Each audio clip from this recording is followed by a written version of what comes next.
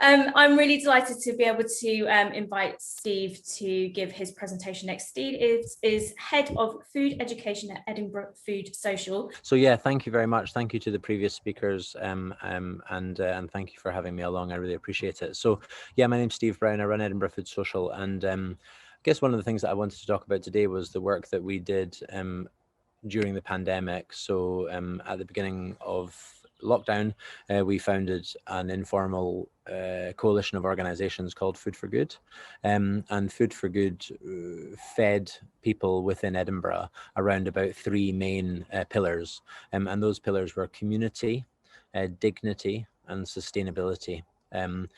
So I can give examples of some of those things. I mean, community really, because we wanted to make sure that our food was getting to the right people, and the only people who were able to share that information with us and who really knew how to get to the heart of these communities was the communities themselves.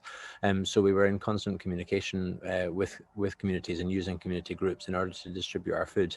In terms of the sustainability examples, we used local suppliers. Often these were organic. We use seasonally changing menus. Sadly, the pandemic, crossed seasons, and not only the 4 seasons that we all know, but actually the seasons within those seasons as food went in and out of season within Scotland.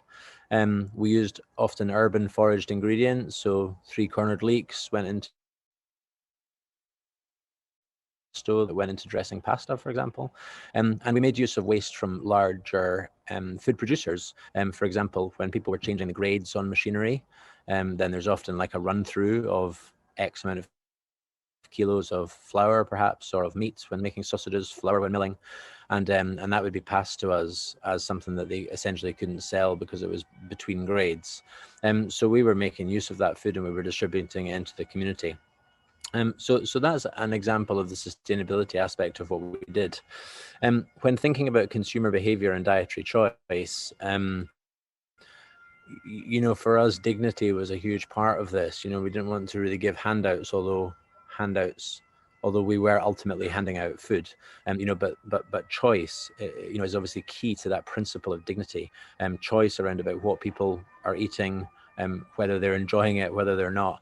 And this leads me on to something that I call kind of chickpea curry syndrome, that actually quite a lot of third sector organizations go into deprived areas of Scotland / the UK and kind of impose their understanding of what might be tasty onto the communities that they're serving. And I think that that's quite dangerous, because if we're talking about food waste, then actually food can be wasted directly in that kind of situation because it can go in the bin if it's not appealing to the folk who are receiving it. So therefore, we were constantly speaking to people, finding out what their thoughts were on the food, what their feedback was on the food, whether they were looking for something more traditional, whether they were looking for something more adventurous. Macaroni cheese is something that comes up quite often, and this is where we introduced a health by stealth kind of situation where we actually made a kind of celeriac puree that then became the kind of white sauce for the macaroni cheese, because it was such a big thing, but ultimately it kind of lacks any real nutrition, macaroni cheese. So therefore, that was how we got around that. But generally, we were very honest with people. We produced 250,000 portions of People's 5 a day during lockdown, and we fed or we created and distributed over 75,000 meals. So, although there are some nice stories there, we were also feeding fairly kind of serious amounts of people. So I guess that, probably around this room here, we've seen our own dietary choices change, haven't we, during lockdown? Perhaps we've shopped more locally, we've gone to farm shops, we've found new suppliers of food, we've found new takeaway services, whether that be the kind of little artisan pizza place around the corner or whatever. And I guess that as, the multiples and things open back up again, then there's that change back to a certain degree. We're interested in driving sustainable and long-lasting change through education, and that's done through a number of projects that we operate with Edinburgh Food Social. So the reason that I'm here at the Botanic Gardens is that we are operating a food truck. So we have a small food truck. We're producing local, seasonal, freshly cooked food, and we're serving it to people. And this is supporting the revenue driving for the Food Social. So that's a big part of what we do, educating people, talking to people, not only the young people working within the van, but also they're talking about the story of that food to the customers, which I think is key. Obviously, we hear time and time again that education is key, don't we? Within the community food setting, we're creating recipe bags. So we're encouraging people to cook together by creating bags full of seasonal ingredients, full of recipes, and families are taking those away from food banks or from local community food provision, and they're cooking together at home. You know, the feedback that we're getting from that is really, really fantastic. You know, so for example, during Ramadan, when people were able to eat in the evening, you know, they were coming together as a family and cooking, and they're exploring new recipes, new ingredients, things that they would never have tried before. So this is huge. And another thing that we're doing is we're creating little porridge pots. You know, obviously oats, huge part of a huge, you know, something that's produced hugely in Scotland, oats, and we're going to come back and talk about those porridge pots in a little second. But that's huge for kids who you know, who want to, or who should be perhaps avoiding those highly processed cereals. So when we think about how consumer behavior affects food sustainability, I mean, this is obviously something that, you know, we've got some real experts around the table here, you know, so obviously I just want to talk from a third sector perspective, you know, but I think that although the multiple retailers would like the perception to be that they offer variety, actually, when it's driven by consumerism and profit, it's actually quite homogenous, the kind of multiple retail environment. So I think this homogenization is a real risk to kind of food sustainability moving forward, because obviously there's fewer crop varietals driven to deliver higher yields, and there's a real risk of kind of putting our eggs in one basket. So, you know, through our courses and through what we talk to the young people about, what we talk to general you know, communities and consumers about, is variety, you know, diversity, seasonality, and then honesty, of course, as to where food comes from, you know, so how that animal has been killed, you know, some of the, you know, some of the stories that you don't necessarily hear from the dairy industry, you know, not necessarily about demonizing anything, not at all, but rather just being real with people, you know, telling people about the journey and how that food has got to them. And I think that the marketing and branding of food often, you know, lacks that honesty and paints a false picture of kind of provenance and conditions and the origins of where food comes from. So that's something that we're always, you know, working hard to kind of break down and make sure people really understand where food comes from, and that there's not there's not a barrier or a disconnect between people and their food. Ruth touched upon, you know, demonization of certain food groups, and I think that obviously, you know, I can understand why that would be the case. You know, and I don't think that Ruth was necessarily talking about ultra high processed foods, but, you know, this is the real demon for me at the moment, you know, so we're talking about vegetarianism and veganism here, the rise of these diets, if they are in fact rising.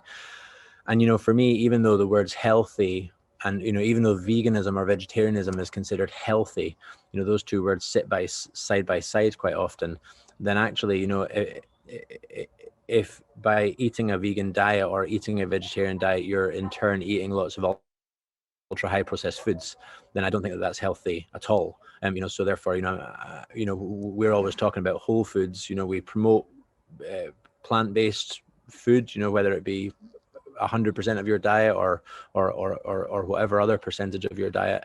But, you know, 60% of calories that young people are getting now on average come from ultra high processed foods.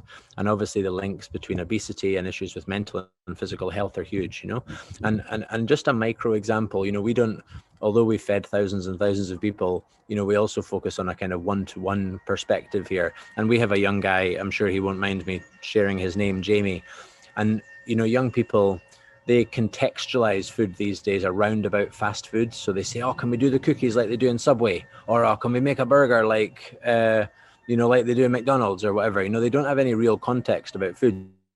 You know, they don't talk necessarily about, oh, can we make a shepherd's pie like my gran used to make? You know, but during the time that we've spent with Jamie, you know, his diet at home has changed. He said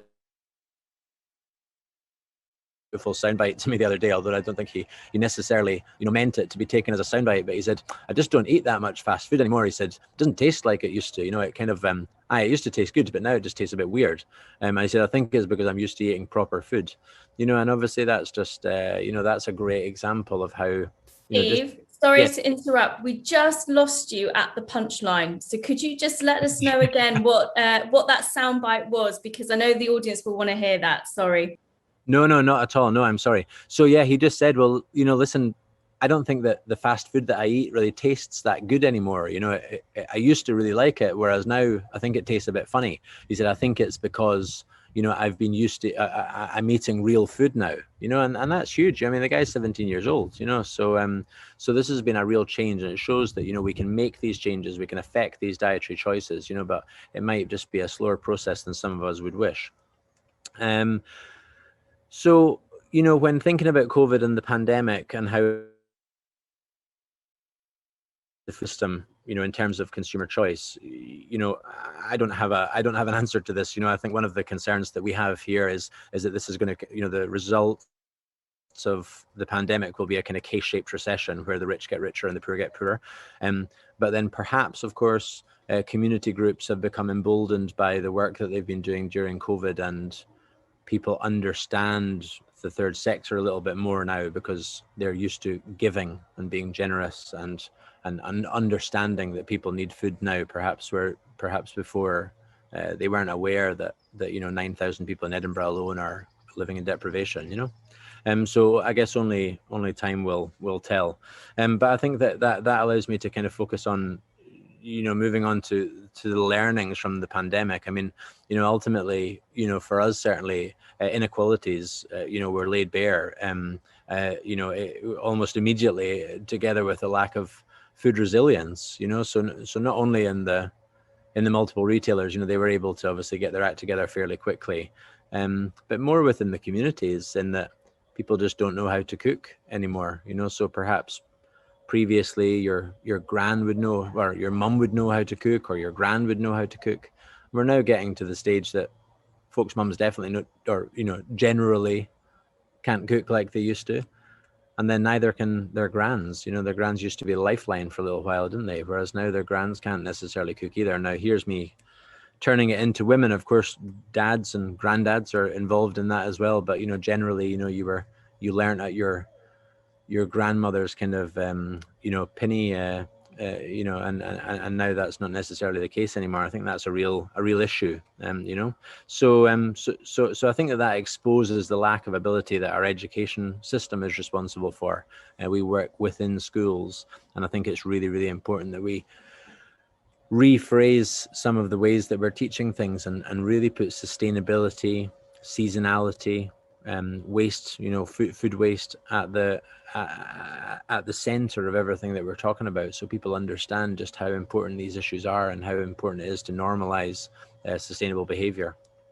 So I think we're really at a kind of fork in the road for the UK government, to listen to the people who care about food, who care about cooking, who care about the environment, and who care about health and nutrition.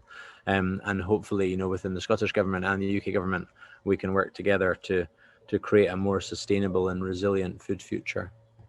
So so that was a kind of potted history of Edinburgh Food Social and Food for Good, and thank you for your time and for letting me talk. I've appreciated the opportunity.